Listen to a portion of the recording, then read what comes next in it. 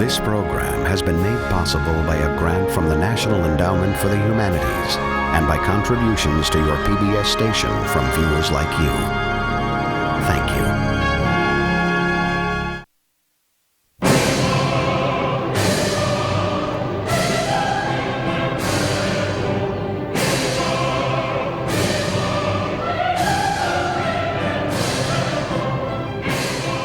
The congregation shivered in the cold.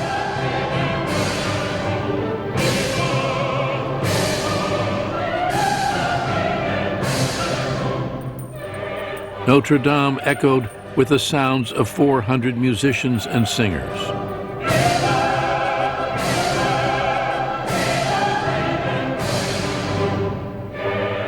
The young man, born on the island of Corsica, moved impatiently forward. Napoleon Bonaparte, 35 years old, was about to be crowned Emperor of France. I found the crown of France in the gutter, he said, and I picked it up. It was December 2nd, 1804. Within 3 years, Napoleon's conquest would extend his empire across almost all of Europe, and he would rule over 70 million people. Not since the ancient Caesars had one man held so much power. Napoleon changed the world. Here is a man who rises not on the basis of his blood, not on the basis of his background, but on the basis of his ability. No one else has appeared like him, has dominated the world like he has. Qu'est-ce que Napoléon? What is Napoleon? C'est une main. It's a hand in a shirt. It's a strange hat. C'est bizarre. Si vous mettez If you show the hat, if you show the hand in the shirt, in Japan, the United States, or France, everybody will say Napoleon. Napoleon. He was above all ambitious. He loved power. He said, I love power, like a musician loves his music. He would do almost anything to achieve his ends.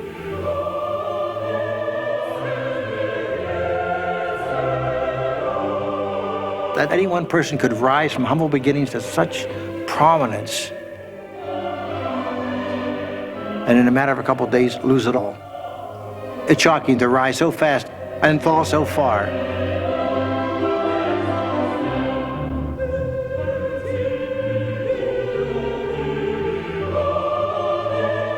Napoleon mounted the steps to the altar alone.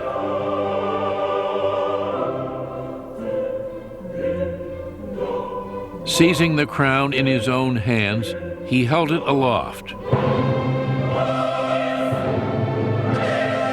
Then brought it to rest on his own head.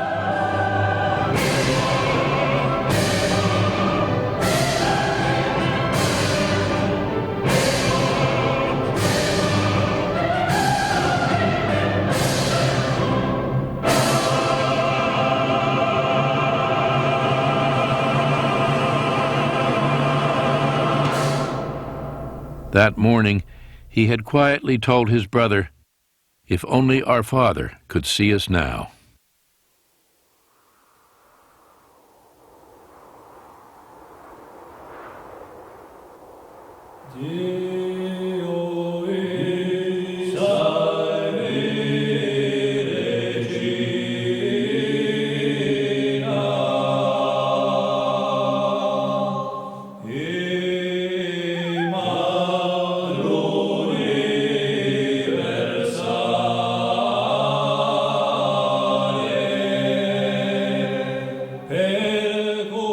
In the spring of 1769, Letizia and Carlo Bonaparte were crossing the mountains that straddled the interior of the island of Corsica.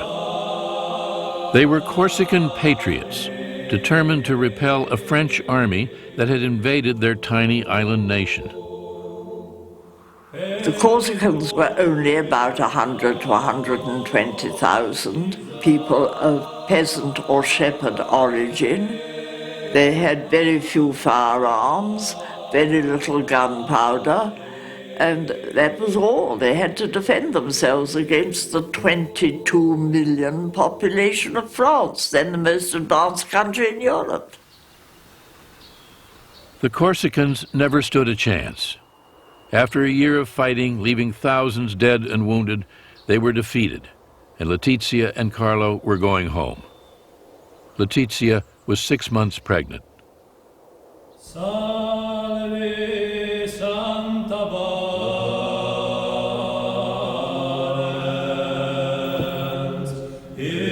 That summer, Letizia was celebrating the Feast of the Assumption when she felt her first labor pains.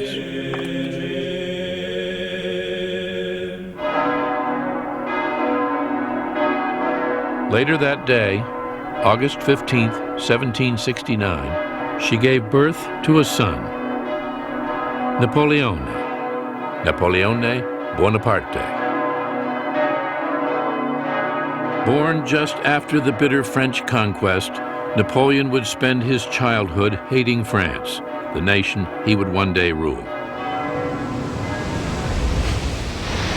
I was born when Corsica was perishing, Napoleon later wrote. 30,000 Frenchmen spewed onto our shores, drowning the throne of liberty in waves of blood. The cries of the dying, the groans of the oppressed, and tears of despair surrounded my cradle from the hour of my birth. Corsica was now a French colony. Suspended in the Mediterranean between France and Italy, for centuries Corsicans had fiercely resisted invaders, Romans, Moors, Genoese. After the French victory, Corsican rebels fled to the mountains, where they continued to fight on. But Napoleon's father, Carlo, a 23-year-old university student, readily submitted. Soon he was wearing powdered wigs, embroidered waistcoats, and silver-buckled shoes. Napoleon never forgave him for betraying his Corsican heritage. He would later say harshly that his father was rather too fond of pleasure. I think Napoleon always held a grudge against his father for having submitted. But poor Carlo, he knew he had lost the battle. He realized the French were there, so he had to live with them and make the best of it. Carlo began practicing law, won election to the Corsican Assembly, and rose in the esteem of the French rulers. But Napoleon rarely had a good thing to say about him. He saved his praise for his mother. The beautiful, strong-willed Letizia. As a mother, he would say, she was without equal.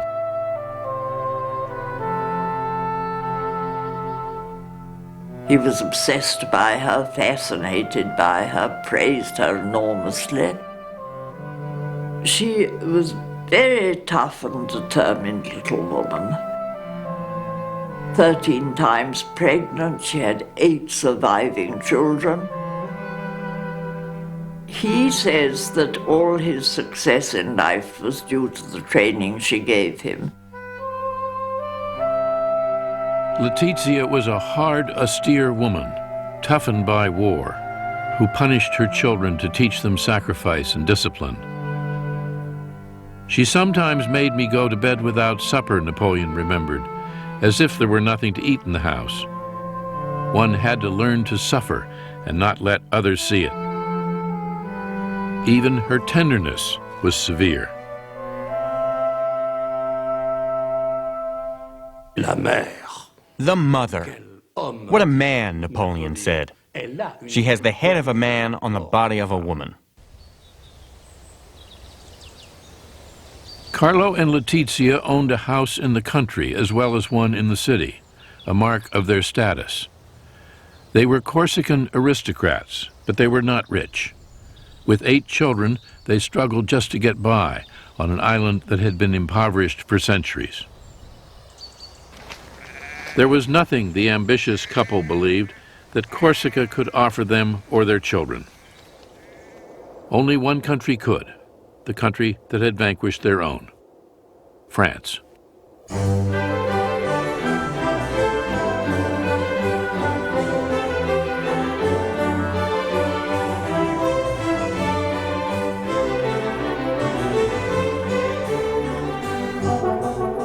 a representative of the Corsican Parliament, Carlo traveled to Versailles.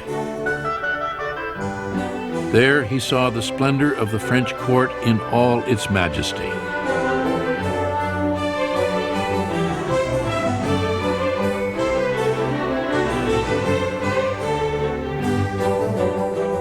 France was the envy of Europe. Great Britain, Austria, Prussia, Spain, none had more people or greater wealth. While America was just beginning its experiment with democracy, Versailles gave testimony to the power of kings. Carlo was an awestruck provincial.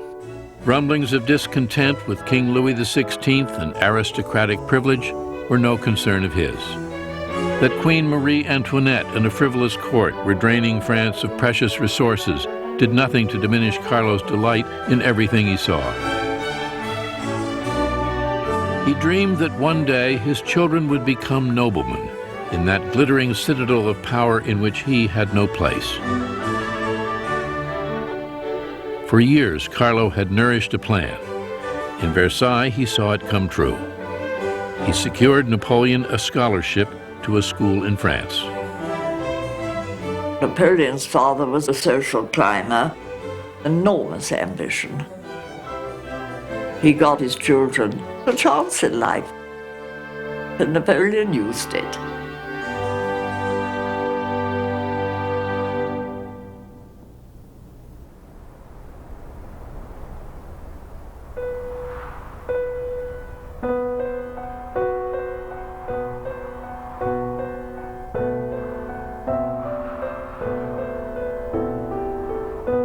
Napoleon set foot in France for the first time in the winter of 1778.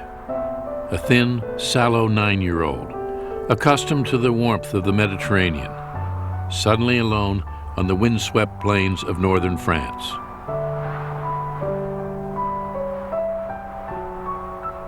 A scholarship boy at the Royal Military College at Brienne-le-Château. He could hardly speak French. For the next 5 years, there would be no holidays, no visits home. He had no love of France. He still thought of himself as a grudging subject of an alien king. Il se sent corse. He thinks of himself as a Corsican.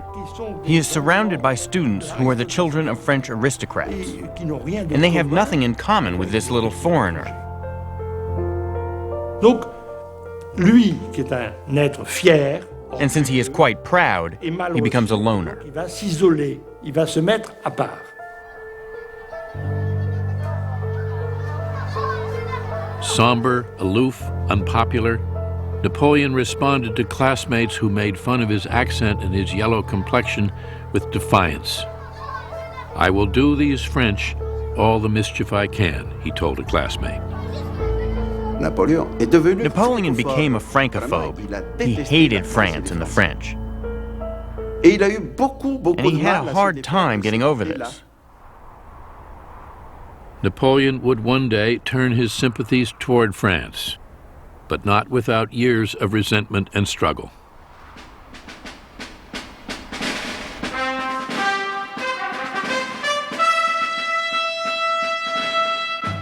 He was 15 when he was promoted to the Royal Military Academy in Paris.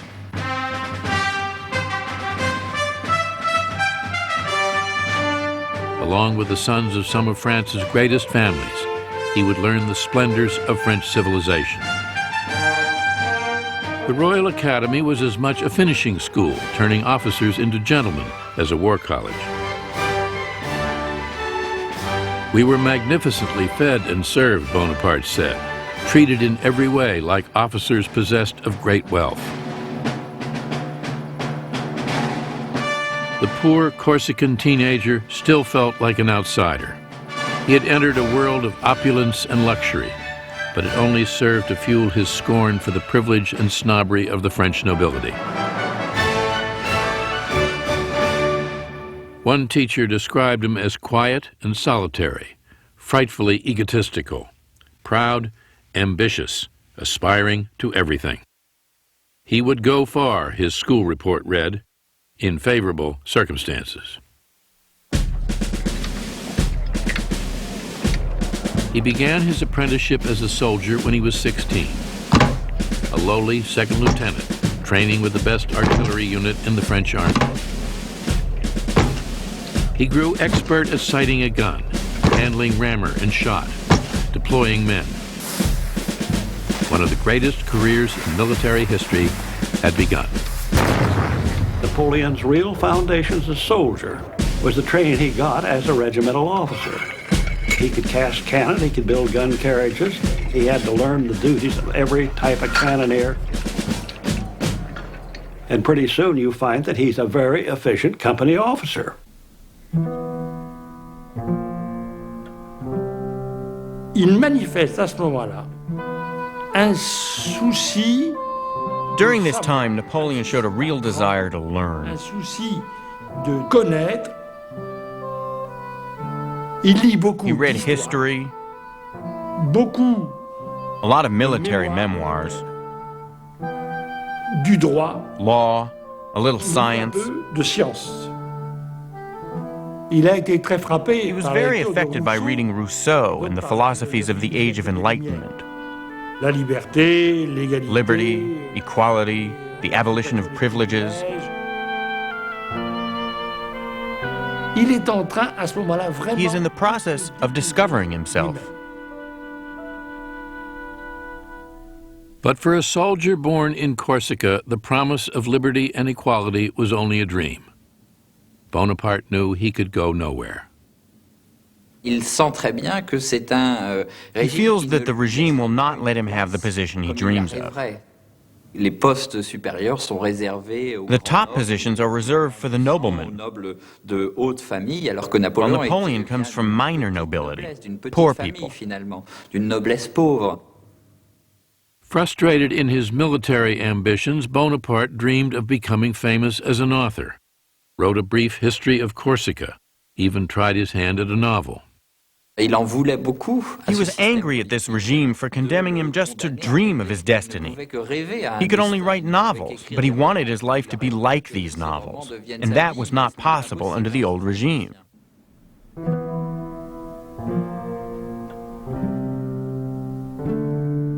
Il se sait, il se pense, il se croit. He knows that he's capable of great things. Appelé peut-être à un grand destin. He feels that perhaps he's destined for greatness. But at that point, how can he possibly believe it? Il s'ennuie à mourir. He's bored to death. À mourir. Always alone among men, Bonaparte wrote, I come home to dream by myself, and to give myself over to all the forces of my melancholy.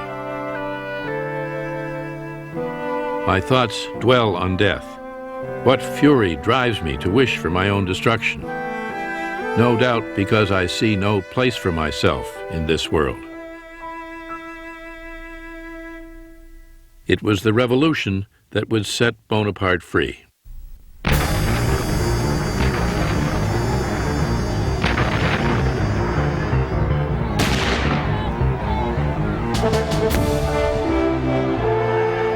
On July 14, 1789, Paris erupted.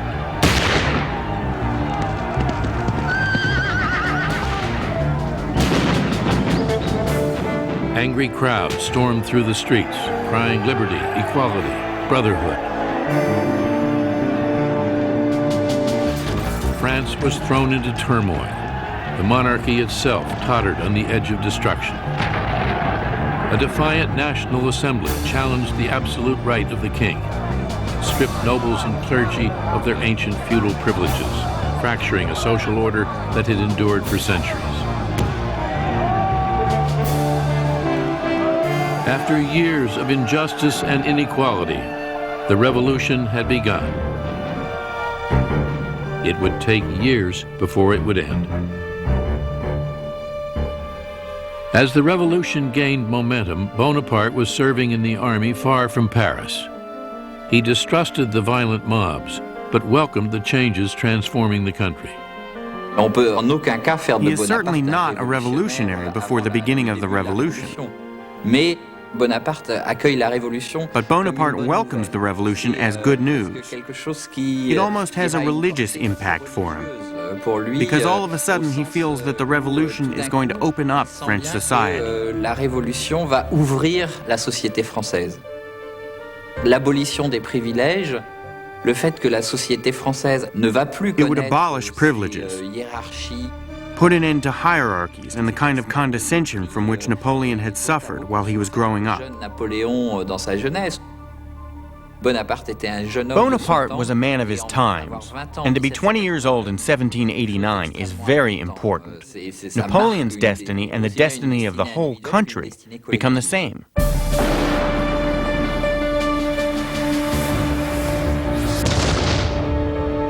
In the summer of 1792, Bonaparte was on leave in Paris and witnessed the last gasp of the French monarchy. In June, a mob stormed the Tuileries Palace and forced the king to wear the red revolutionary bonnet.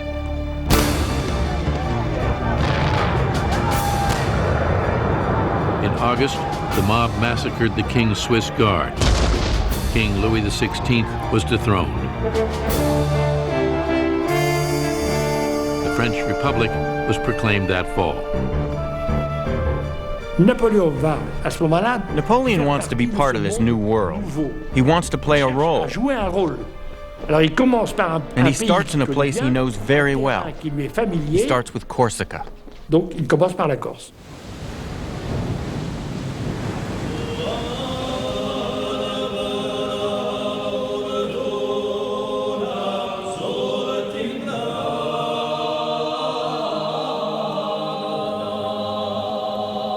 Bonaparte was 23, an idealistic revolutionary, when he took leave of absence from the French army and returned to Corsica. The French Republic had made Corsica a part of France and given Corsicans all the rights and liberties of French citizens. Bonaparte, a lieutenant in the island's National Guard, threw himself into Corsican politics. Pasquale Paoli was the island's governor. Paoli had been Bonaparte's childhood hero, the leader of the Corsican War against France. Now Bonaparte dreamed of rising to power, standing by Paoli's side. But he would be bitterly disappointed. Paoli did not trust him. A ragazzone inesperto, Paoli called him. A big, inexperienced boy. The Corsican patriot thought Bonaparte too ambitious, too self-centered, too sympathetic to France. Bonaparte and Paoli are on totally different wavelengths. Paoli retains the idea that Corsica should be independent.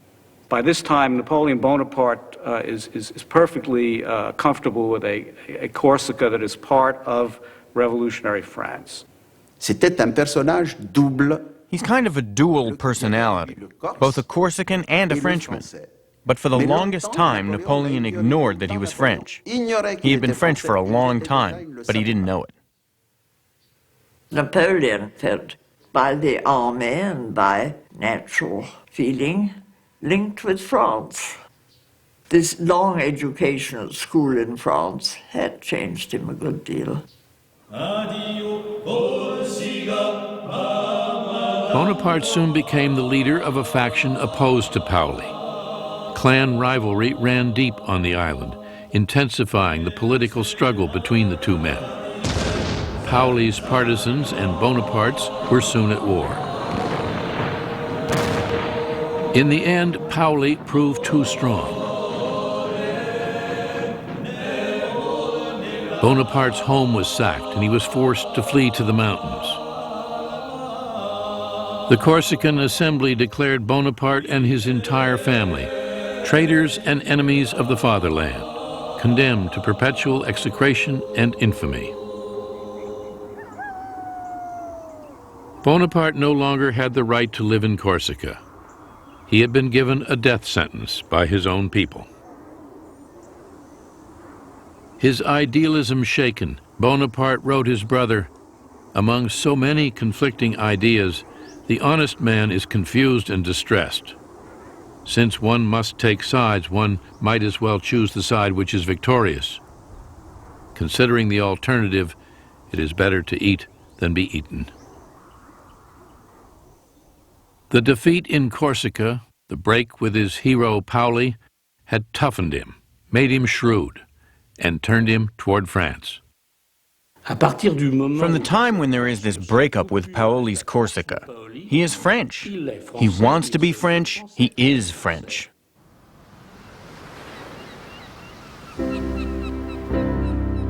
On June 10, 1793, he set sail for France with his widowed mother, 3 brothers, and 3 sisters. A refugee family, carrying with them all they owned in the world. 24 years old, he was banished from the land of his birth forever. Failure mostly. Frustration. Frustration. He couldn't do what he wanted to do. But when he got away from Corsica, his ambition was so great that it swallowed up small aims like doing something in Corsica. It became the ambition to control France and then to control Europe and possibly the world. His ambition swallowed up his childhood hopes and failures.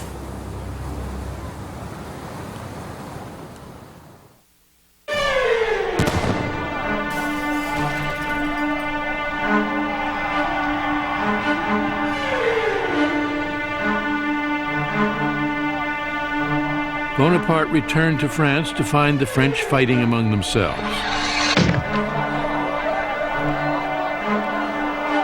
The king had been executed. The queen and thousands more followed him to the guillotine. There were cities in revolt, uprisings in the provinces. Maximilien Robespierre was in charge now. The austere, moralizing leader suspended the Constitution, vowing to save the Republic from its enemies at any cost. The revolution turned into the Terror.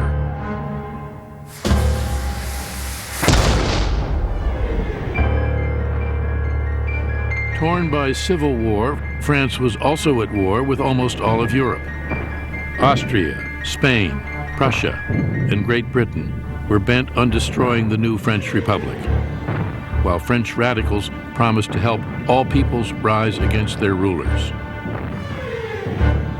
Reinstated in the army as an artillery captain, Bonaparte was ordered to Toulon, a city of 28,000 on the southern coast that had rebelled against the Republic, throwing its port open to the English. The British fleet defended the city from the harbor. 24-year-old Bonaparte thought he knew how to drive them out. He argued that if his soldiers could seize the heights commanding the harbor, they could bombard the fleet, drive it away, and the city would fall. It was a simple plan, but none of the generals would listen. The generals in Toulon were total incompetence, or a little worse. Finally, a fairly competent general showed up, listened to Napoleon's plans, and said, naturally. This would be Bonaparte's first great chance. With aristocratic officers fleeing the country, there was suddenly a vacuum, an opportunity for rapid promotion for soldiers who could prove themselves under fire.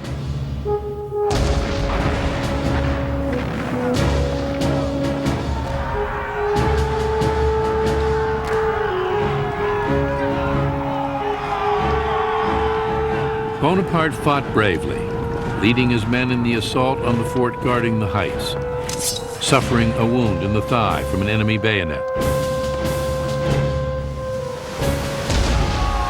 10 ships went up in flames. The British fled. Toulon was recaptured and Bonaparte promoted.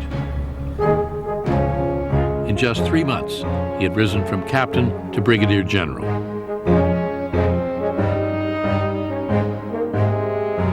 This young officer brought with him a rare fearlessness and the most indefatigable energy, one general wrote. If he needed a moment's rest, he would take it lying on the ground, wrapped in his overcoat.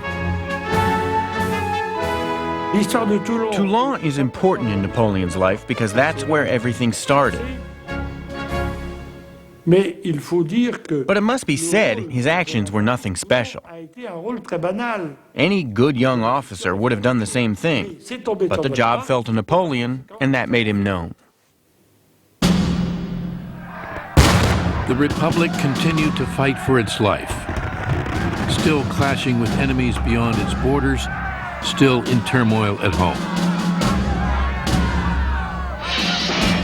With France in chaos, threatened on all sides, Robespierre showed no mercy in his efforts to bring about unity and order. Liberty, he said, cannot be secured unless criminals lose their heads. Determined to make his voice heard, Bonaparte wrote a political tract in support of Robespierre. The young soldier hated the terror, but he hated chaos even more.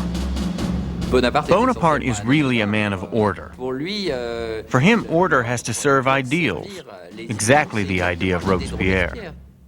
It is necessary to suspend liberties in the name of liberty. In order to save liberty, to save the Republic, it's necessary to suspend individual liberties. In the summer of 1794, Robespierre's government fell. Now it was the turn of those who made the terror to die, including Robespierre.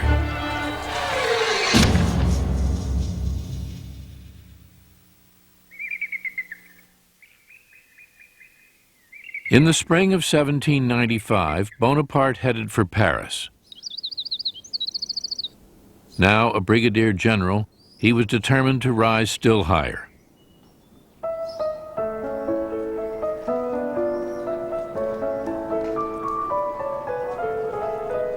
France had a new constitutional government. The guillotine, the riots in the street, the war still raging along the frontier, all seemed forgotten.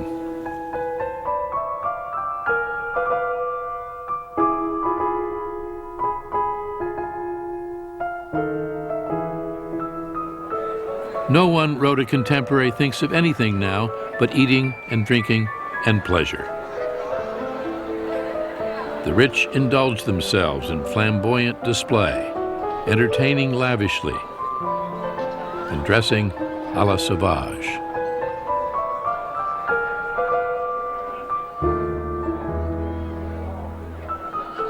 Bonaparte frequented the salons where the women who dominated Paris society held court. The women here, he wrote his brother, are the center of importance. Here alone of all places on earth, they appear to hold the reins of government. But they wanted little to do with him. He was just another ambitious young soldier. I can still picture him, one noble woman remembered. He wore badly made dirty boots and a nasty round hat pulled down over his eyes. An overall sickly effect was created by this thinness and his yellow complexion. Bonaparte seemed to have come to a dead end.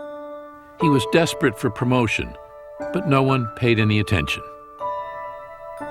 If this continues, he wrote his brother, I shall end by not stepping aside when a carriage rushes past. Then political turmoil once again gave him his chance. On October 5th, 1795, crowds of Parisians stormed through the streets alongside National Guardsmen bent on restoring the monarchy. The rebellion threatened to topple the Republic. The government called on Bonaparte to repel the attack.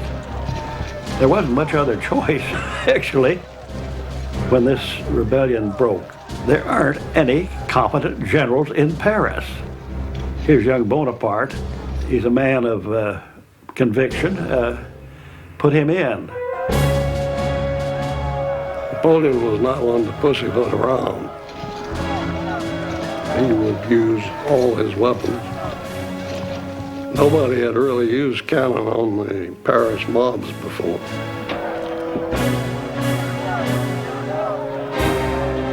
He was going to shoot. He waited till he could see the whites of their eyes.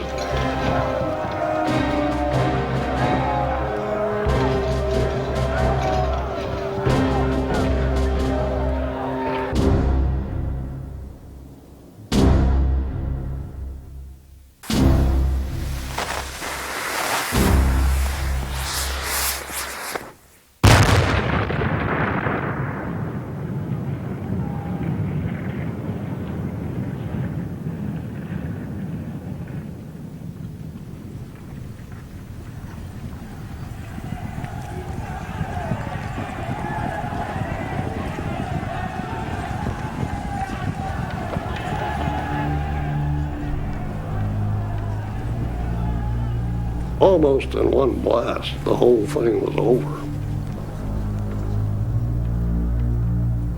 He probably killed 100 people. He was not a very popular man with the rank and file. A man on the street in Paris after that. The enemy attacked us, Bonaparte wrote his brother. We killed a great many of them. Now, all is quiet. I could not be happier.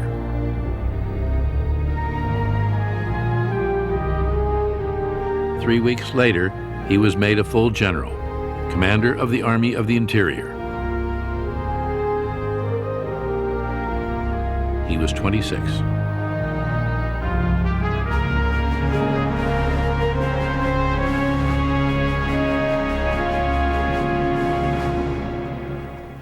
Bonaparte was now a man to be reckoned with. He was driving through Paris in a fine carriage, wearing new clothes, drenching himself in eau de cologne. The unsophisticated general was no ladies' man, but he had fallen in love. Her name was Marie Joseph Rose de Beauharnais. Everyone called her Rose. Bonaparte called her Josephine. She was a Creole aristocrat from the French colony of Martinique, a 32-year-old widow with 2 small children, deep in debt, trying to make her way in Paris alone. Languid, with a nonchalant shading into indolence, she was known as a woman of refinement, charm, and grace. It was said that she even went to bed gracefully. Josephine is a woman who has a lot of charm, sensuality, and if not beauty, at least an undulant, supple walk. Beauty is something we all admire, but beauty without charm is like a meal without spices. Bonaparte was dazzled by her. I was naturally timid among women, he said. Madame de Beauharnais was the first woman who gave me any degree of confidence.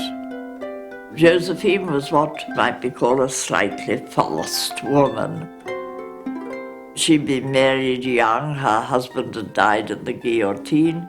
She'd had an affair with somebody that helped her out, and it was well known she had affairs with men in high French society. No one stood higher than Paul Barras, the most powerful figure in the new government.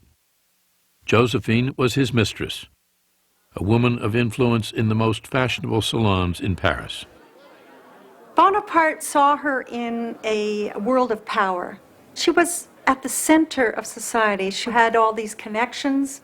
She was very much someone who could be useful to him. And then I think he just fell madly in love with her. Josephine lived in a little cottage set in a pleasant garden. Some said it was Barras who paid the rent. But Barras was growing tired of her. Now Bonaparte visited her there. Sweet and incomparable Josephine, he wrote her, I awake full of you. The memory of last night's intoxicating pleasures has left no rest to my senses. Josephine loved love, and she was a very good lover. Bonaparte did not have any experience. She was the one who introduced him to love. Sweet and matchless Josephine, how strangely you work upon my heart. Yes, one night has taught me how far your portrait falls short of yourself. 1,000 kisses, mio dolce amor, but give me none back, for they set my blood on fire. Josephine seemed amused by her new lover. Although she knew how to please him, she did not return his passion. When Bonaparte proposed marriage, she hesitated. She wasn't attracted to him at all. In fact, she told a friend later that for a long time, she had to overcome a feeling of repugnance. He was so serious and he had no sense of humor. He was skinny. His hair was kind of hanging and he was unkempt. Mais elle sait que la beauté passe. But she knows her beauty is vanishing. Already her teeth are bad, she's getting wrinkles. Napoleon doesn't see it, but others see it, and she sees it.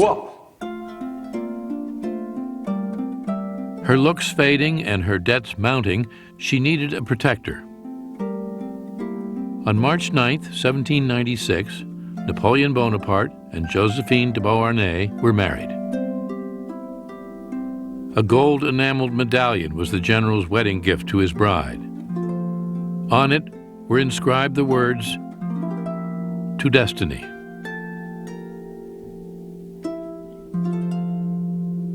The honeymoon lasted 2 days. Bonaparte was sent to the Italian Alps. Josephine's former lover, Paul Barras, had helped win him an appointment as supreme commander of all French forces in Italy. His assignment was to challenge the Empire of Austria and their Italian allies. He had never commanded an army before. Young and untested, no one expected very much from him, especially his own generals. Tout le monde l'attend avec un peu de moquerie. Everyone makes fun of him before he gets there. This little general who perhaps owes his command to his wife. Grâce largement donnée de sa femme, or il arrive. Then he arrives, and within a few moments the veterans who made fun of him understand exactly. He is in charge. Il est le chef. I don't know why, one of his generals said, but the little bastard scares me. Bonaparte's army was in no condition to win battles. It had been stagnating under incompetent commanders in the foothills of the Alps for almost 2 years. This army was destitute. The country was broke. They couldn't pay them, they couldn't feed them, they couldn't clothe them. The only thing they could do was tell them to invade enemy territory and find what they lacked. Then comes this young whippersnapper, this 26-year-old, not even a Frenchman, a Corsican. And in his bad French, he says, "If you stick with me, I'll have you in the most fertile valleys in the world." Soldiers, he proclaimed, you are naked and ill-fed. No fame shines upon you. I will lead you into the most fertile plains in the world. Rich provinces, great cities will lie in your power. You will find there honor, glory, and riches. He really enthralls them. He's a terrific actor. He is capable of laughing, smiling, and then suddenly he is passionate, inspiring fear, horror, and anger. On April 2nd, 1796, Bonaparte led his army forward. He was badly outnumbered. 38,000 French soldiers faced 38,000 Austrians and their allies, 25,000 Piedmontese. Bonaparte planned to isolate the Austrians from the Piedmontese, then conquer each separately. He would strike first at Piedmont. Napoleon's principle was always to try to have superior numbers at a given place. d'essayer de diviser les ennemis, de les battre en détail. So he tried to divide his enemies to compensate for having less men. He goes up into the mountains. He spreads his forces out. The enemy doesn't know where he is, and so they begin to spread their forces out. Then the last minute, he quickly concentrates his forces. He achieves mass superiority at one point and then blasts them. There's lightning. Napoleon's armies could go up to 30 miles a day. The Piedmontese are rolling along at about 6 or 7 miles a day. Napoleon said there's nothing theoretical about war. You do what you have to do, you do it fast, and you surprise the enemy and shock him if you can. Move quickly and be ruthless about it. In just 2 weeks, he won 6 battles, took thousands of prisoners, and broke the back of Piedmont's army. One Piedmontese officer would later complain, they sent a young madman who attacks right, left, and from the rear. It's an intolerable way of making war. On April 26th, Piedmont surrendered. Bonaparte demanded gold and silver and paid his troops, the first real money they had seen in years. Soldiers, he said, we thank you.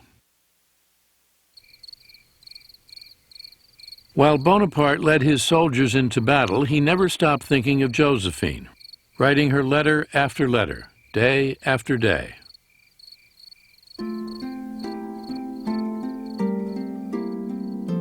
Not a day goes by without my loving you, he wrote her.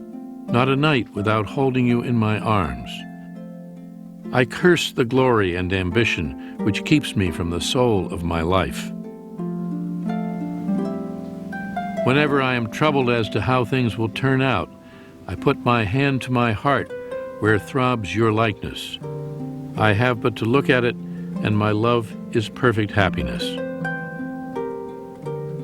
A kiss on your heart, and then another a little lower, much, much lower.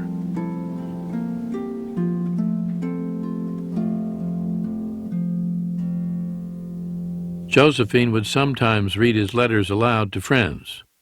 Bonaparte, she told them, is so amusing. With Piedmont defeated, Bonaparte was now pursuing the Austrians, who retreated to the east, bewildered by the 26-year-old general and his new way of making war. In the 18th century, there were nobles commanding on both sides, and they had a certain code. The armies would maneuver, and very often, if one had the other in check, that would be the end of it. There would be no fight. Napoleon was, in a way, the first modern general. He did not accommodate those old codgers on the other side at all. He attacks every day.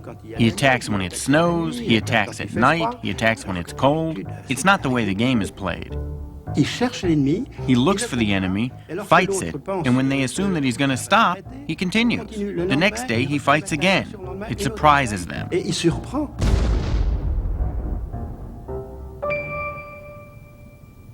As the Austrians fled, their rear guard hoped to slow Bonaparte down by making a stand at the little Italian town of Lodi. They fortified a narrow wooden bridge with 14 cannon and 3 battalions and dared Bonaparte to cross it. The general ordered a simple frontal assault on the bridge. Everything would depend on the courage of his men.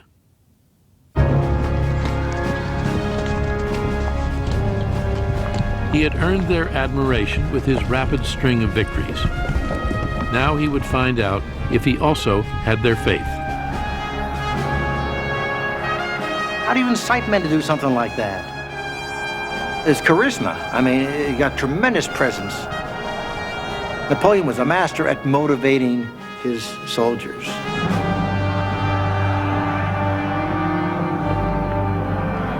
Victory always goes a long way. The more they win, the harder they get to stop. His troops were pretty well hepped up. They'd been chasing Austrians now for weeks, and they went forward.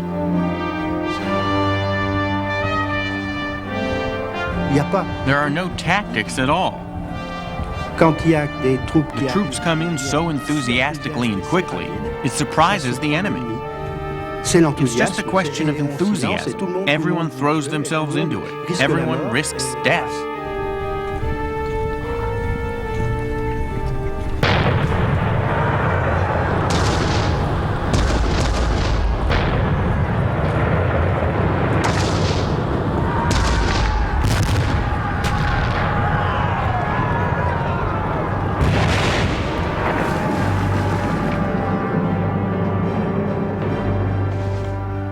With his men facing withering enemy fire, Bonaparte was in the thick of it. He was actually up there laying in the cannon, which was a corporal's job.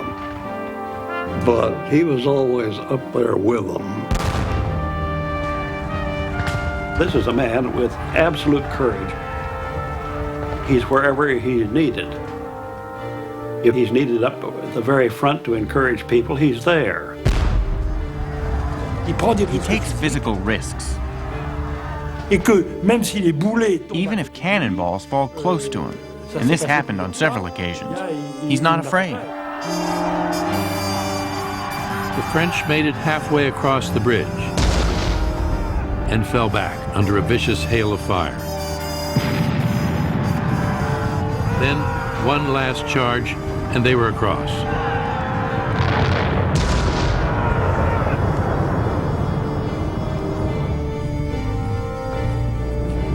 The Austrian guns fell silent. Here they thought they were safe behind the river, holding the bridge. And all at once the French come across the bridge and beat the living bejesus out of them. It's a real spectacular job. It wasn't a big battle. The casualties were not particularly heavy, but he had imposed his will on his own men and the enemy, both. It was not a great victory. The Austrian army had in fact escaped. But Bonaparte had won the respect and devotion of his men. He came out all sweaty and grimy and covered with gun smoke. The troops liked that. They began calling him the Little Corporal right there. It was, you identify with us, you're our corporal.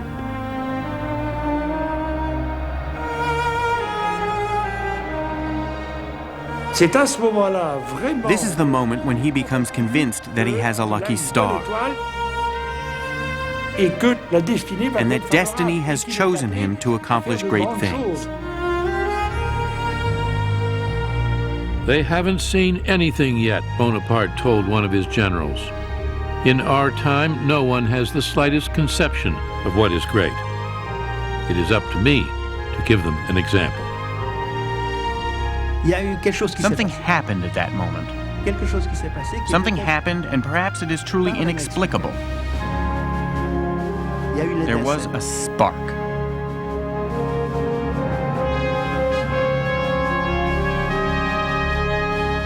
The battle at Lodi convinced Napoleon Bonaparte that he was a man of destiny. From that moment, he said, I foresaw what I might be. Already I felt the earth flee from beneath me, as if I were being carried into the sky.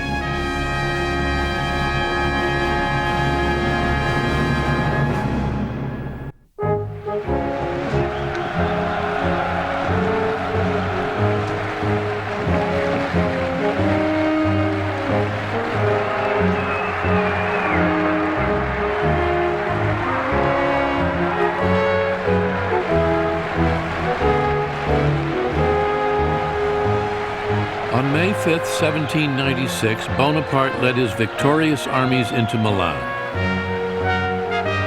He was greeted by the Milanese as a heroic liberator, the general who freed them from their Austrian rulers. We come to break your chains, Bonaparte proclaimed. Our only quarrel is with the tyrants who have enslaved you.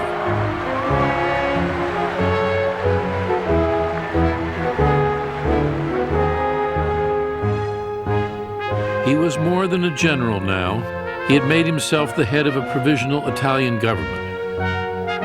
With an exalted sense of his own destiny, he was determined to follow his star to the heights of power. Great men become great because they have been able to master luck, Bonaparte said.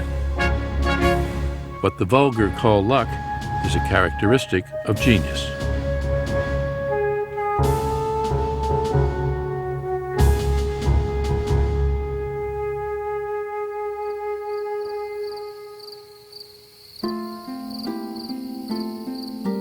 I shall be frantic if I do not have a letter from you tonight, Bonaparte wrote Josephine. 500 or 600 of the prettiest women in Milan have tried to please me, but I could see only you. Think only I value victory only because it gives you pleasure. How happy I would be if I could assist at your undressing. Remember that there has never been a love like firm, white breast. It will last as long as my life. Forget the little black forest. 1,000 kisses upon your eyes, your lips, your tongue, everywhere. Bonaparte desperately wanted his wife to join him in Italy, but Josephine refused to leave Paris. She was spending her time with a dapper young army lieutenant. Elle trompe Napoleon. She's cheating on Napoleon with a young officer, infinitely more seductive than Napoleon. Elle n'est pas, à l'époque, she's not in love with Napoleon. De Napoléon. Elle a peur de s'ennuyer en Italie. She's afraid she'll be bored in Italy, because in Paris it's a life of parties, a life of luxury. Finally, after weeks of Bonaparte's pleading letters, Josephine left Paris for Italy. She wept, wrote one witness, as though she were going to a torture chamber.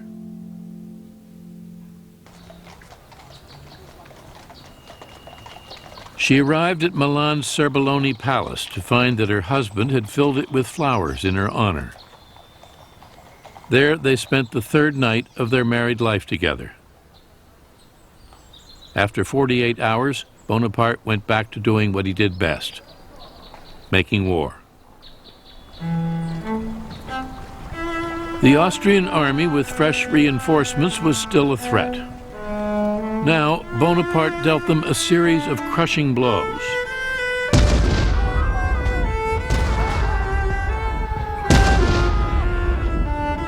Finishing them off in January 1797 in a three-day battle at Rivoli, 60 miles west of Venice. His victories in Italy began the legend of his invincibility, immortalized in a series of romantic paintings. Bonaparte was not only a warrior, he was also a shrewd propagandist.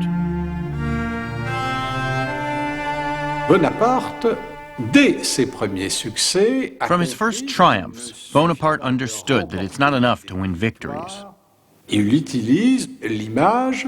He uses images to make sure that his victories in Italy are widely publicized in France. Connu en France. He understood that art is also a means of propaganda. Il commande un tableau. He orders a painting after a victory. Il ordonne. He dictates the theme. Il ordonne the layout of the characters. des personnages. Il va même jusqu'à imposer. He even orders the dimensions of the frame. Napoleon d'emblée. From the very beginning, Napoleon gave himself an image. Il a d'emblée arrangé. He created his own history. Il crée une presse. He created his own newspapers, France and the Army of Italy, and the Newspaper of the Army of Italy, which exalt his victories. C'est Bonaparte lui-même qui rédige. Bonaparte himself actually wrote some articles. He himself wrote, "Bonaparte flies like lightning and strikes like a thunderbolt." Bonaparte vole comme l'éclair et frappe comme la foudre.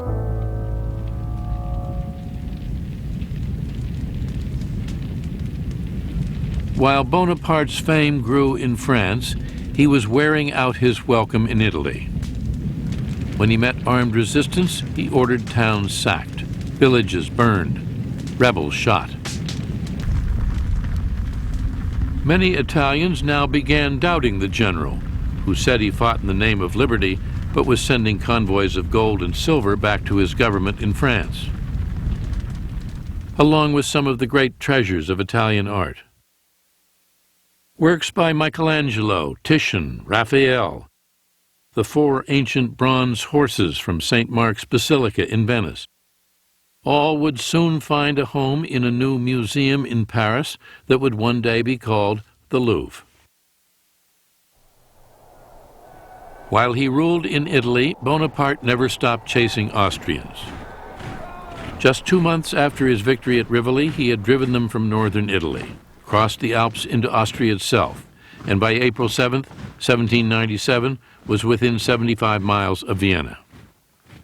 Stunned by the advancing French armies, the Austrian emperor sued for peace.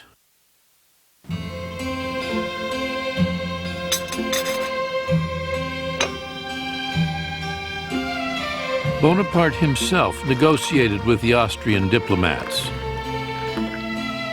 He wanted Belgium, the left bank of the Rhine, and a new republic to be allied with France carved out of northern Italy. When the Austrians objected to his demands, he turned on them in a rage.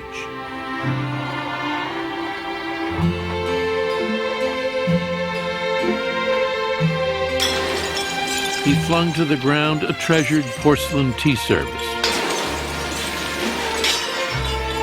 "This is what will happen to your empire," he shouted. "Your empire is nothing but an old maidservant, accustomed to being raped by everyone." Bonaparte, the Austrian delegation reported to Vienna, had behaved like a madman. There are a lot of legends about this. Napoleon était un être colérique. Napoleon was hot-tempered, sometimes with violent physical reactions. And when the negotiations dragged on too long, Napoleon became agitated, started pacing back and forth, smacked into a small table, and overturned a tea service. Whether by rage, insult, or shrewd diplomacy, Bonaparte got what he wanted, and he had dictated the terms of the treaty himself, without instructions from the government in Paris. He saw that his intelligence, his abilities, were more than just military. He had become not only a great general, but also possibly a future statesman, and everybody realizes it, not only in Italy, but in France.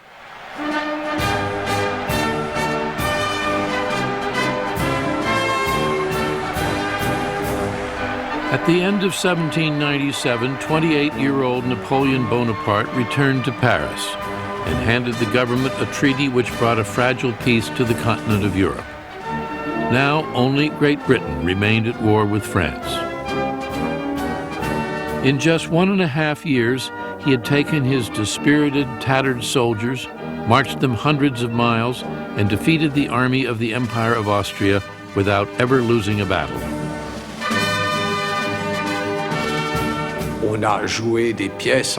People performed plays in his honor. There were more and more engravings of him. He is a national hero. The French were hungry for a hero, someone who could put an end to the political chaos into which the revolution had descended. One government after another had come and gone. Now they lived under a new one, the Directory. The Directory was an unstable, fragile parliamentary government that commanded no confidence. All of France turned toward Bonaparte, wondering what he would do next. "What I have done up to now is nothing," he said privately. "I am only at the beginning of the course I must run. I can no longer obey. I have tasted command, and I cannot give it up." But Bonaparte waited. The fruit, he told an aide, is not yet ripe. Le directoire est moins faible qu'il n'y paraît.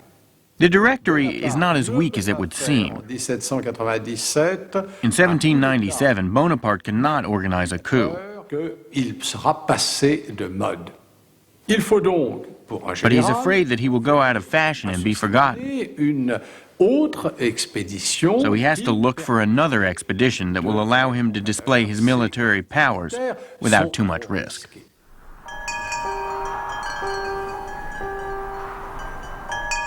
While Bonaparte waited for the right moment to seize power, he set his sights on new glories in the exotic East. He eluded a British fleet, and on July 1st, 1798, landed with 35,000 soldiers in Egypt. France was still at war with Great Britain, and Bonaparte hoped to disrupt British trade routes to India.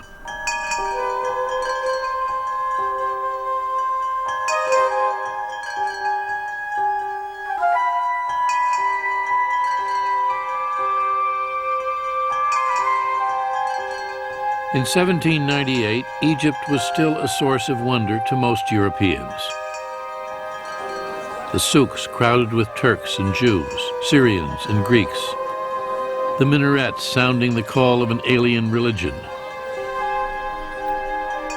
The Sphinx with its broken nose buried in the sand up to its neck. Bonaparte finds himself in a country of legends, myths, and a great history. But it was really madness on his part, because all of the military calculations at the time held that it was impossible for a European army to conquer the East. C'est une chose complètement aberrante. It is completely absurd. The Egyptian expedition is probably the craziest expedition in the history of France. Bonaparte quickly captured Alexandria, and then on July 3rd, led his soldiers across the desert toward Cairo, and a looming battle. For centuries, the Egyptians had been part of the Turkish Empire, ruled by the fiercest warriors in the Middle East, the Mamelukes.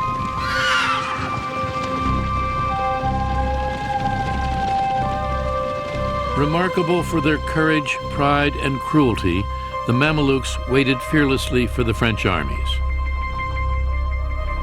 One Mameluke prince called them donkey boys. "I will cut off their heads," he said, "like watermelons in the fields." They weren't afraid of Napoleon at all. The Mamelukes were brought up with fierce principles of courage and chivalry. Fear was not part of their tradition.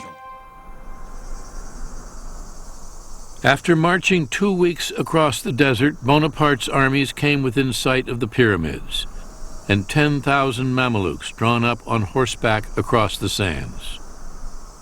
Soldiers, Bonaparte said, "From the height of these pyramids, 40 centuries look down upon you."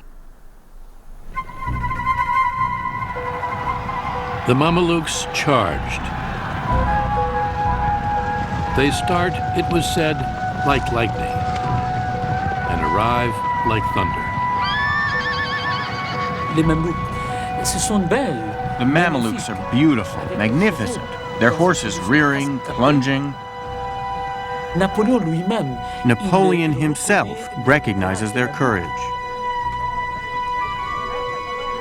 Bonaparte's men stood in tight formation and held their fire until the Mamelukes reached within 50 paces of their ranks.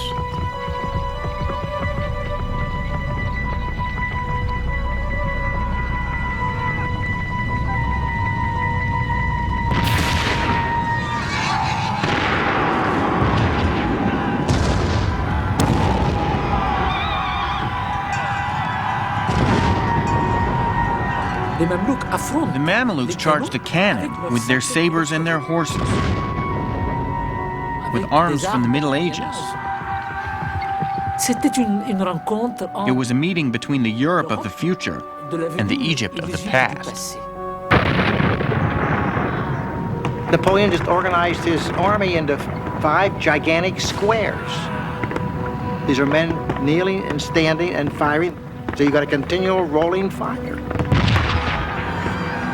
The Mamelukes rode around the squares and were shot at by that square and by this square.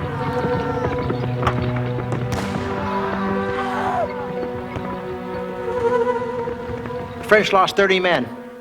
The Mamelukes lost probably 5,000 or 6,000.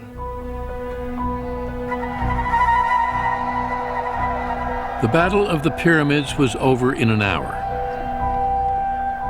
3 days later, Bonaparte led his army into Cairo. I was full of dreams, he said. I saw myself founding a new religion, marching into Asia riding an elephant, a turban on my head, and in my hand the new Quran.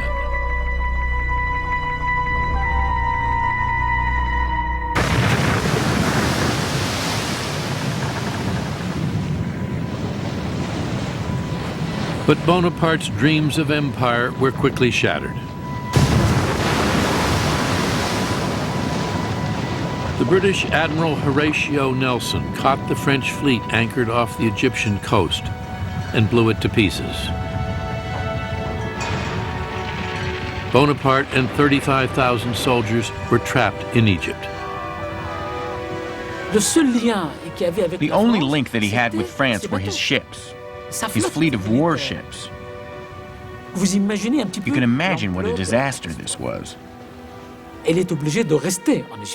He was forced to stay in Egypt and live with the Egyptians, to find his bread and water in Egypt, and even find ammunition for his weapons in Egypt, to live in Egypt.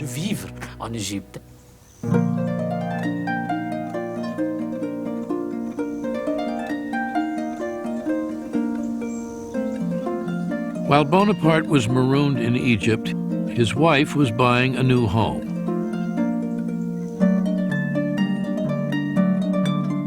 A manor house 6 miles from Paris called Malmaison.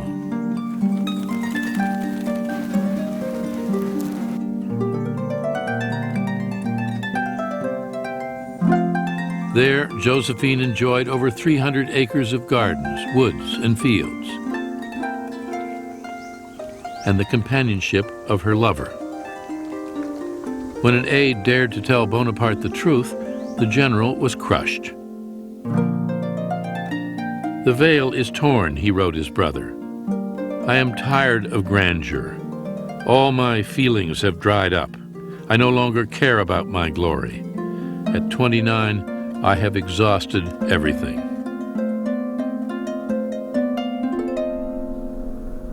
Furious, he took the wife of one of his officers for a mistress. His friends called her the general's Cleopatra. Cut off from France, Bonaparte remained undaunted. Installed in a palace in Cairo, he imagined himself an Eastern potentate, following in the footsteps of Alexander the Great. He came to Egypt at the head of an army, and suddenly he found himself at the head of a nation. And it's not just any nation, it's Egypt.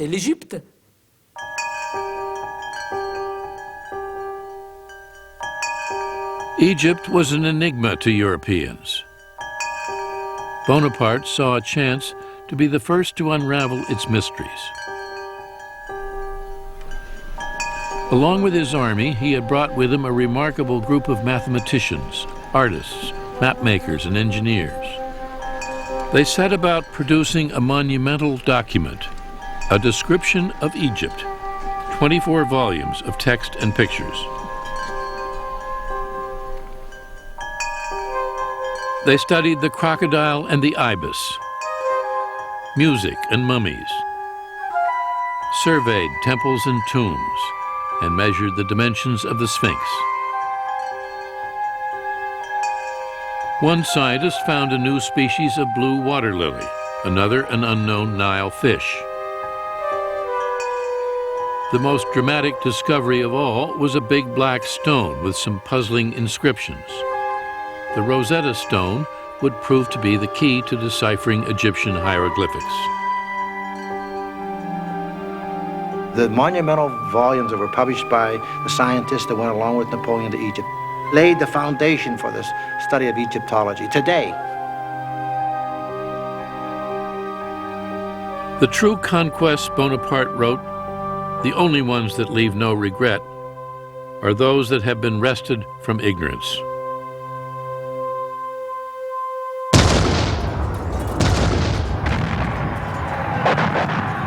In February 1799, Bonaparte took 13,000 soldiers into Syria.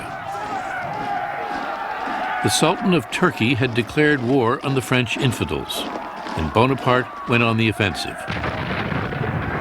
After a quick victory at Jaffa, he assaulted Accra, where he was forced to lay siege to the well-fortified city. Attack after attack failed, claiming the lives of hundreds of French soldiers. Hundreds more were struck down by the bubonic plague.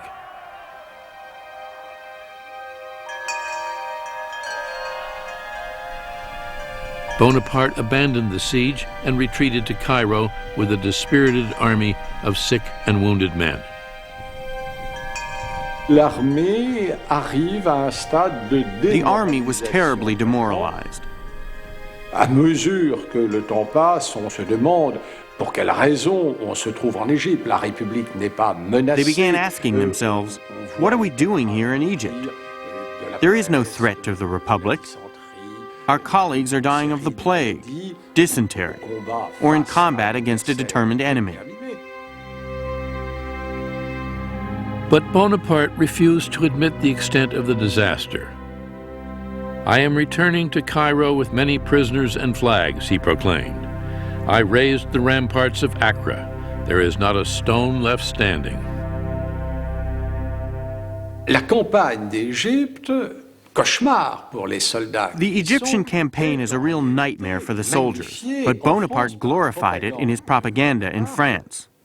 Les colporteurs proposent des images où l'on voit des palmiers. Peddlers sold pictures with palm trees, with pyramids, with a general covered by plumes who harangues his troops, who massacres the Mamelukes.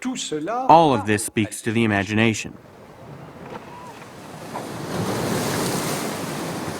On August 23, 1799, Bonaparte secretly set sail for home, abandoning more than 30,000 soldiers with little more than an apologetic message. Extraordinary circumstances alone have persuaded me to pass through enemy lines and return to Europe.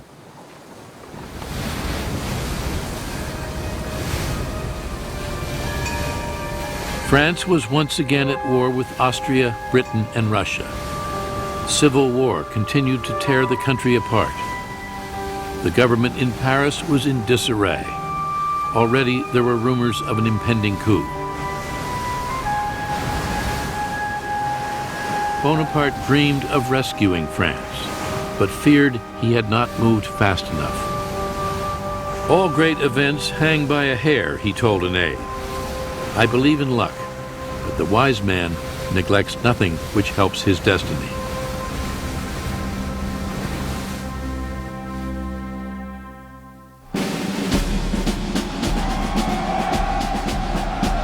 On October 9, 1799, he landed in France and found himself greeted by cheering crowds. The campaign in Egypt, a military disaster, had been a propaganda triumph. In the theaters, what's being shown? The expedition to Egypt, the victory of the pyramids. When he arrives, he's considered the man of the hour. His genius was to come to France and say, you need a savior. Here I am.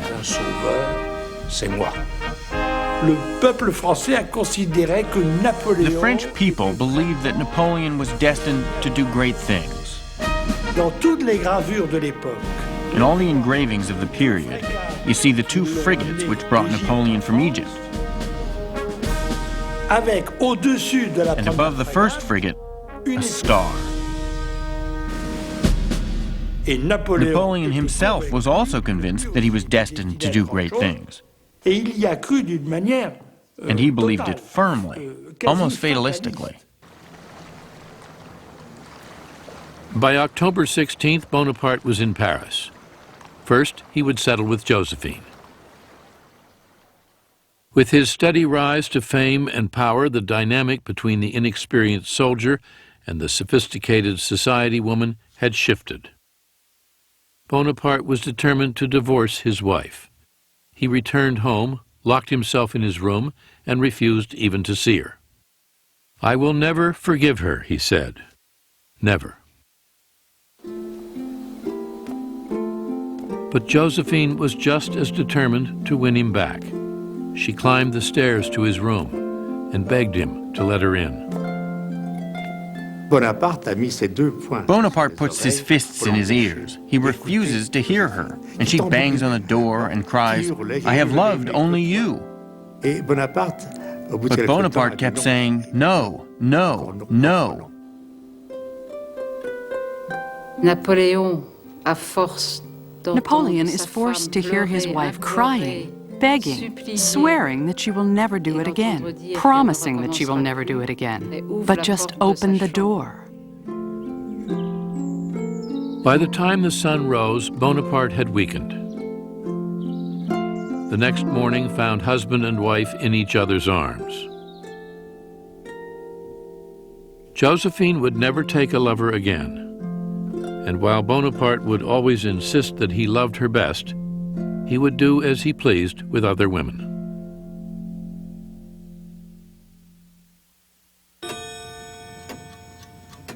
Back in France, less than a week, Bonaparte saw that the time had come to act. Solemnly deliberating in the Luxembourg Palace, the Directory was about to be swept aside. The debt from 8 long years of war was mounting, draft evasion rampant. Bandits roamed the highways and the countryside. The government seemed powerless. Already there were schemes to overthrow it. As the crisis ripened, Bonaparte determined to find a way to seize power for himself. His moment, he knew, had arrived.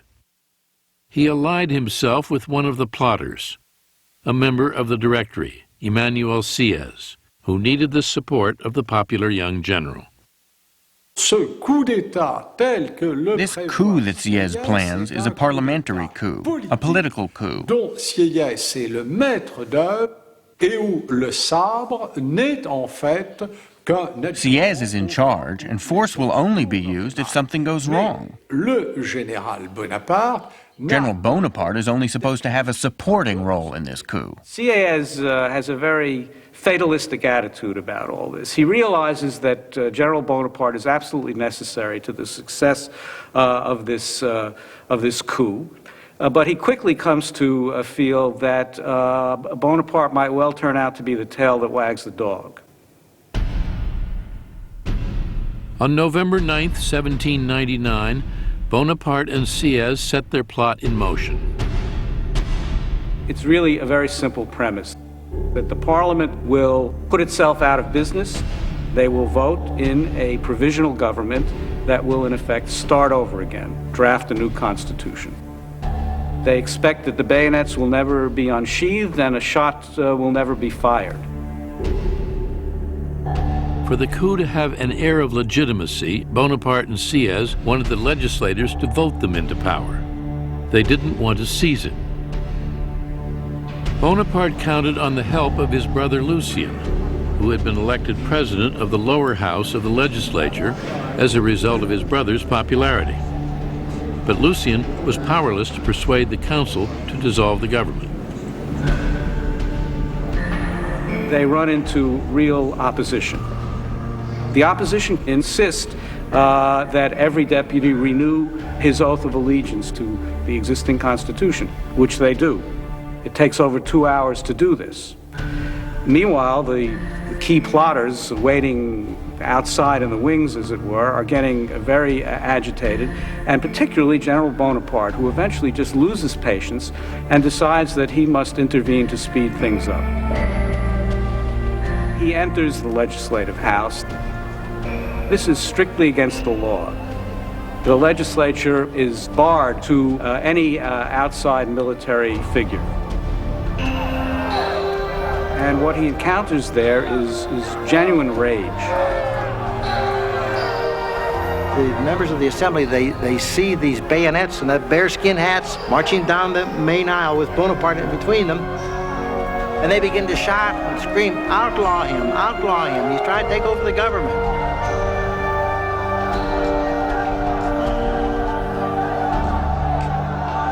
And his brother, Lucien, said, wait a minute, my brother's not trying to take over the government. Calm down.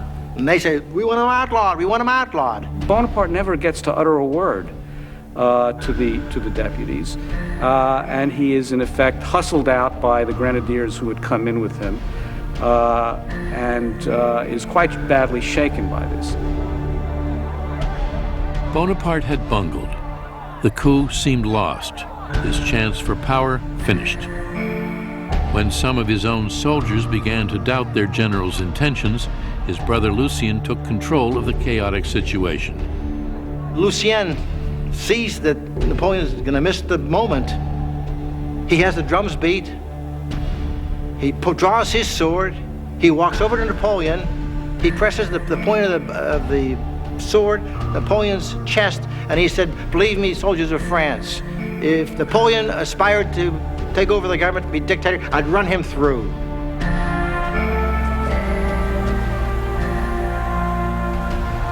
The soldiers stormed the assembly hall. The cowed legislators fled, some jumping unceremoniously out the windows.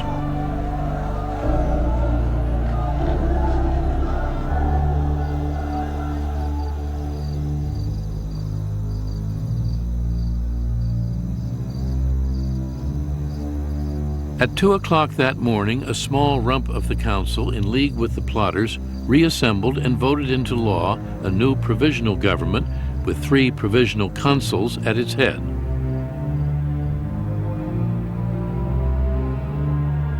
Bonaparte was one of them.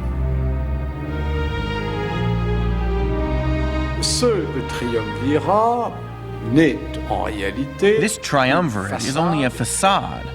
Le coup d'état de parlementaire, the parliamentary coup had become a military coup. Et l'homme fort qui était and the strongman is no longer Sieyès, now it is Bonaparte.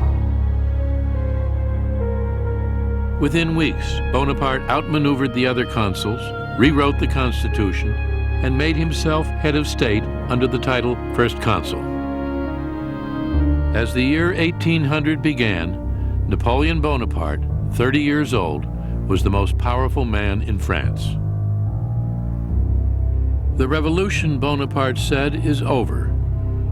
And then he added, I am the revolution. The revolution is safe on my watch. I am the product of the revolution myself, but the chaos and uncertainty of revolution was going to be over. People should go back to their private interests, their private concerns. And the new government will provide the order and the stability and the strength to allow that to happen.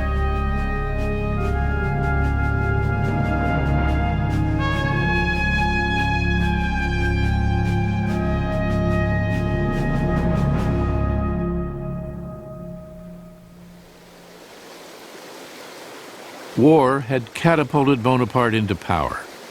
Now, war would help him secure it. France was still fighting Great Britain and Austria. Bonaparte conceived a daring plan to catch the Austrians by surprise. In the spring of 1800, he took his soldiers over the Alps. 40,000 men, field artillery, trekking across treacherous layers of snow and ice through the great St. Bernard Pass. Not since the Carthaginian general Hannibal had an army attempted such an outlandish offensive. It's 10,500 feet high. They dragged their guns in pine trees, they hauled it out like canoes, and they took off across the mountains.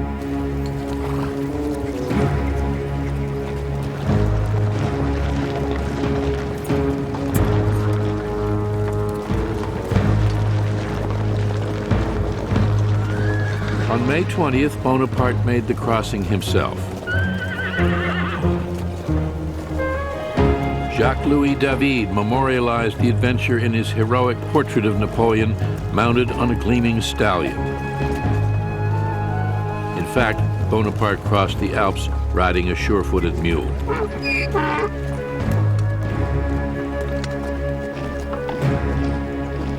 It took the general and his army just 6 days. On the morning of June 14th, he faced the Austrians at Marengo, 45 miles from Milan.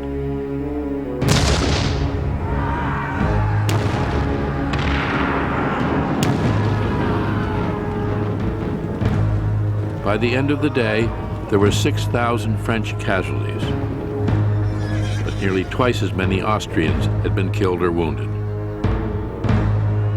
The French had won. "My power depends on my glory," Bonaparte said, "and my glory on my victories."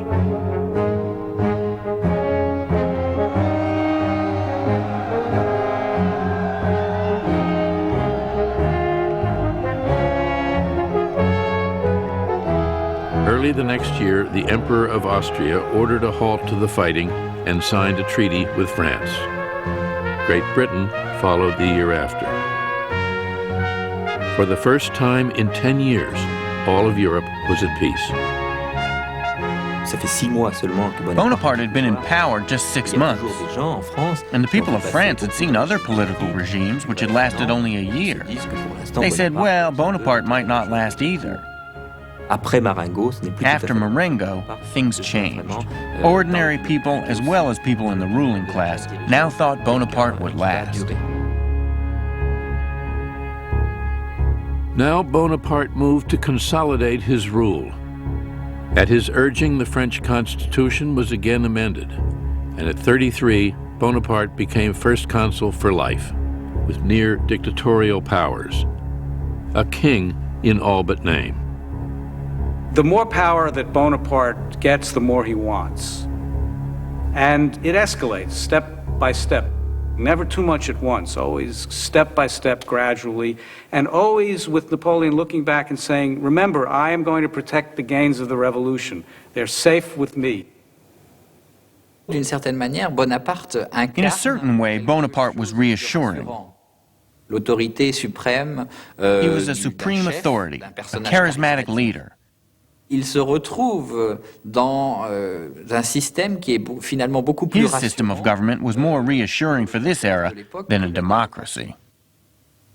As the 19th century began, Bonaparte set out to prove that he could govern as well as he could fight. A newborn government, he told his secretary, must dazzle and astonish.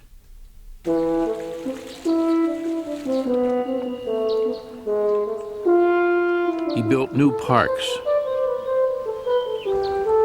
bridges and quays along the Seine, canals, reservoirs, and roads.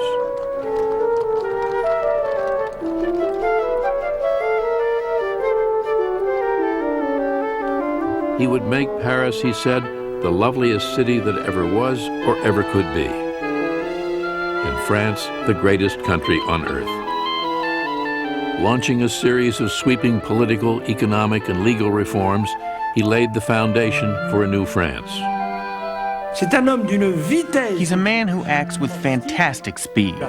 France is going to be completely reorganized in 2 years. When he sees his power in France, he already has a complete idea of what a modern country should be. All of French society came under his gaze. He set in place a strong, centralized government with a tightly structured, far-reaching bureaucracy, organized a new system of state secondary schools, the lycée, established a central bank, the Bank of France. Slowly, the economy revived, and with it, prosperity.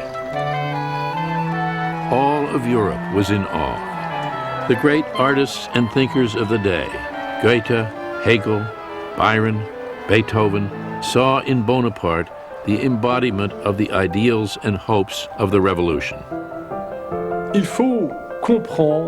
You have to understand the prestige of Bonaparte as first consul. Il est l'équivalent pour l'Europe. He's the equivalent for Europe of what Washington was for the United States. He oversaw the codification of a new system of laws, which abolished feudal privileges and established the equality of every man before the law. Bonaparte's civil code remains the basis of French law to this day. The rights and duties of citizens, that's an invention of the Revolution, but they were not codified in a central text. It was necessary that these rights and duties become the basis of a grand legal system for the society to function effectively.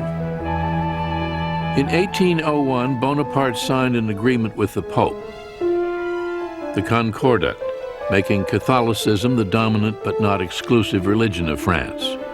He had no personal use for religion, but he understood its political value.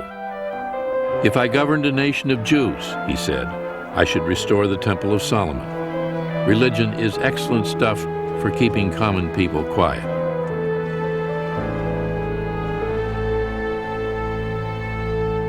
Bonaparte ruled with the carrot and the stick. To reward men of accomplishment, he created a special mark of esteem, the Legion of Honor. My motto has always been, he said, a career open to all talents, without distinctions of birth. He believed in equality. A man should have the chance to rise on the basis of his ability, just as he had done. But he had no patience with those who demanded liberty. He ruled with an iron hand, crushing anyone who dared speak out against him, making a sham of parliament and free elections. Napoleon believed in government for the people, but not by the people. He took the French back to what they probably wanted at the time, which was a friendly monarchy, a benevolent monarchy. Or at least it gave the appearance of being benevolent. Bonaparte's France was a police state, with Joseph Fouché, the head of the secret police. Fouché had, it was said, a heart as hard as a diamond, a stomach of iron, and a tearless eye. Fouché did Bonaparte's bidding. He shut down plays and newspapers and kept a vast network of spies. J'allais dans un salon, il y a une mouche. You go to a salon, there's a spy. You go to a brothel, there is a spy. You go to a restaurant, there is a spy. Everywhere there are spies of the police. Everyone listens to what you say. It's impossible to express yourself unless Napoleon wants you to. The press is under his thumb. He controls the press. There were 60 or 70 newspapers in Paris in 1799, and there will be only 4 in 1814. I had been nourished by reflecting on liberty, Bonaparte said, but I thrust it aside when it obstructed my path.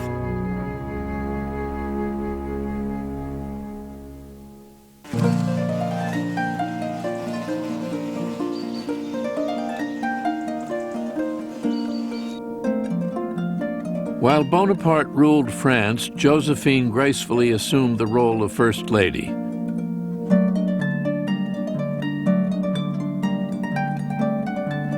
But she preferred the quiet seclusion of Malmaison to France's magnificent palaces.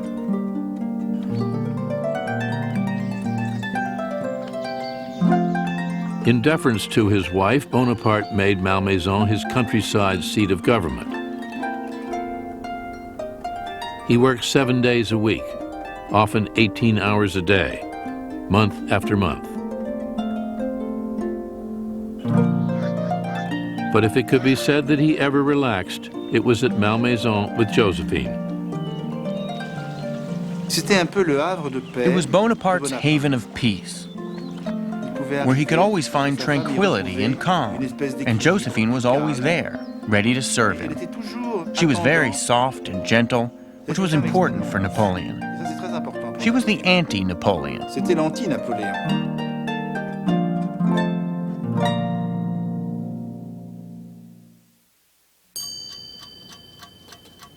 In 1803, France was still at peace, and Bonaparte was her absolute master. When he looked across his borders, the only country he had to fear was Great Britain. Britain, with the greatest navy in the world. Britain, immensely rich. France and Great Britain had signed a treaty of peace, but no one expected it to last. Even before the treaty was signed, one observer said, "Peace in a week, war in a month." L'Angleterre. England, England, always England. Il y a toujours un profond antagonisme entre la mer. There is always a profound antagonism between the sea and the land, between the strength of the continent, represented by Napoleon, and the strength of the sea and international trade, represented by England. It was inevitable that war between France and England would resume. The treaty is a misnomer. It's really a truce. You still have two great powers at odds with each other, fighting for influence, fighting for supremacy, and they've basically fought to a draw at this point. On May 18th, 1803, when Great Britain declared war on France, few were surprised.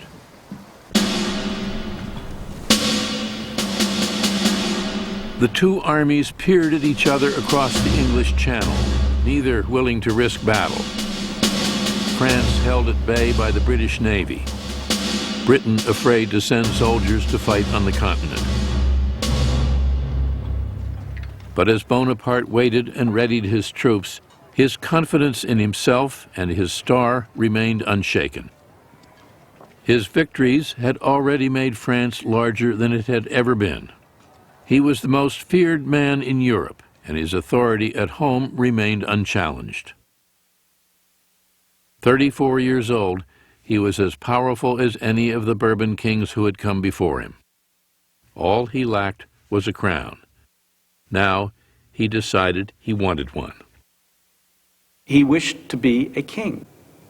His idea is that given what France has achieved in the world, it ought to be considered as a kind of empire, with Napoleon Bonaparte as the emperor. This would put him on an equal footing with the monarchs of Europe. He would no longer be an upstart, he would be one of the club. Avec son pouvoir de premier consul, il semble avoir... As first consul, he seemed to have all the power he needed, except for one important thing. He wanted his regime to endure. La pérennité, la durée. S'il meurt, if he dies, everything that he's accomplished dies with him. In making an empire, he wants to be certain that what he's done will endure. Mais c'est surtout par là le moyen. It's especially a way of saying that the changes that took place because of the revolution are irreversible. Sont irréversibles.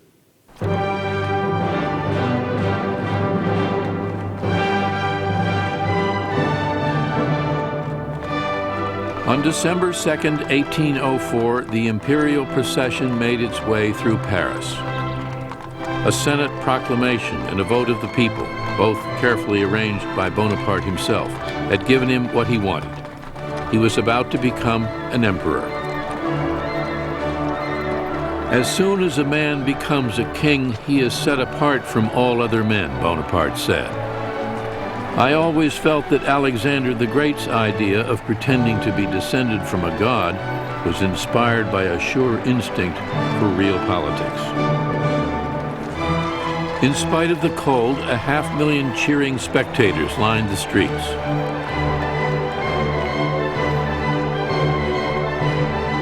Bonaparte himself had meticulously planned every detail. The great cathedral, hung with pennants and tapestries and decorated like a Roman temple, seemed more like a theater than a church.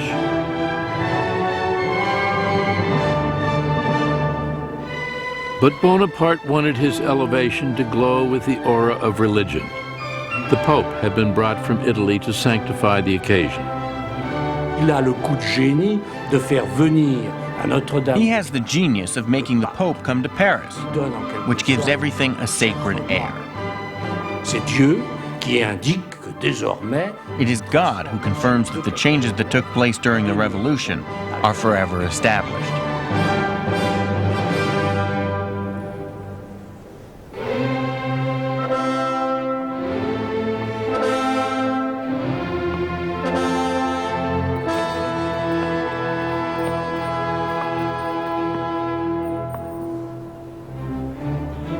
Slowly, Bonaparte and Josephine walked toward the two thrones that awaited them. His mantle, adorned with gold and precious jewels and weighing 80 pounds, was supported by his brothers.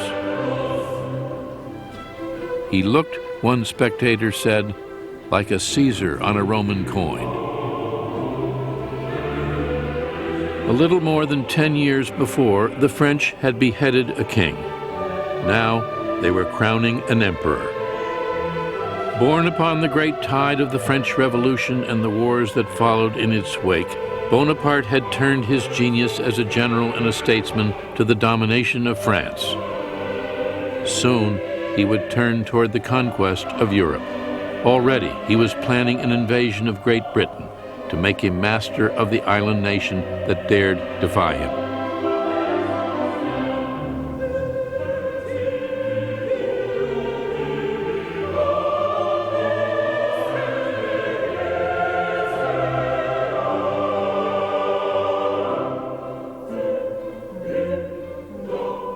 Confidently, Bonaparte lifted the imperial crown.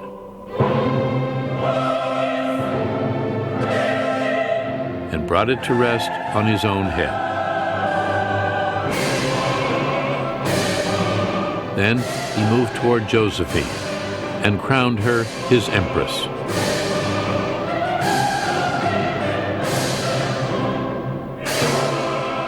I am the instrument of Providence, Napoleon said. She will use me as long as I accomplish her designs. Then she will break me like a glass.